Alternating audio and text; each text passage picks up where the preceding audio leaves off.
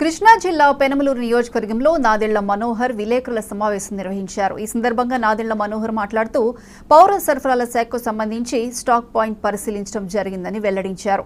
పంచదార, కందిపప్పు, పామాయిల్ ప్యాకెట్లలో 50 నుండి 80 గ్రాముల వరకు స్పష్టంగా తేడా కనిపిస్తుందని తెలిపారు. రాష్ట్ర వ్యాప్తంగా ఉన్న 253 మండల లెవెల్ స్టాక్ పాయింట్లను సైతం నాదెళ్ల మనోహర్ పరిశీలించారు.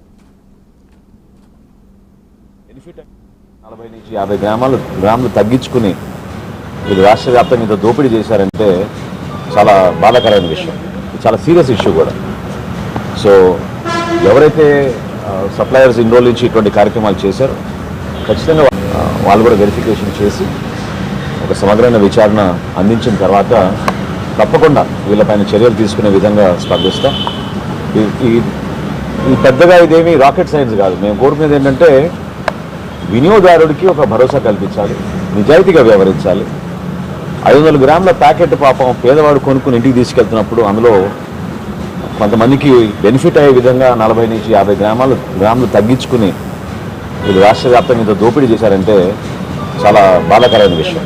చాలా సీరియస్ ఇష్యూ కూడా. సో ఎవరైతే సప్లయర్స్ ఇన్ని రోజుల నుంచి ఇటువంటి కార్యక్రమాలు చేశారో ఖచ్చితంగా వాళ్ళపైన చర్యలు తీసుకుంటాం. జిల్లాల వారీగా ఈ రిపోర్ట్ వచ్చిన తర్వాత తప్పకుండా మీ అందరికీ మరొకసారి నేను బ్రీఫ్ చేస్తాను.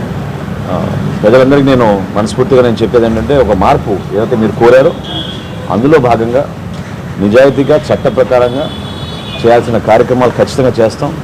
ఎవరైతే కేవలం ప్రజల్ని ఇబ్బంది పెట్టడానికో మోసం చేయడానికి కోసం చేసిన కార్యక్రమాన్ని మాత్రం సహించేది లేదు. పౌర సరఫరాల శాఖ ఖచ్చితంగా ఇందులో అందరికన్నా ముందుంటుంది.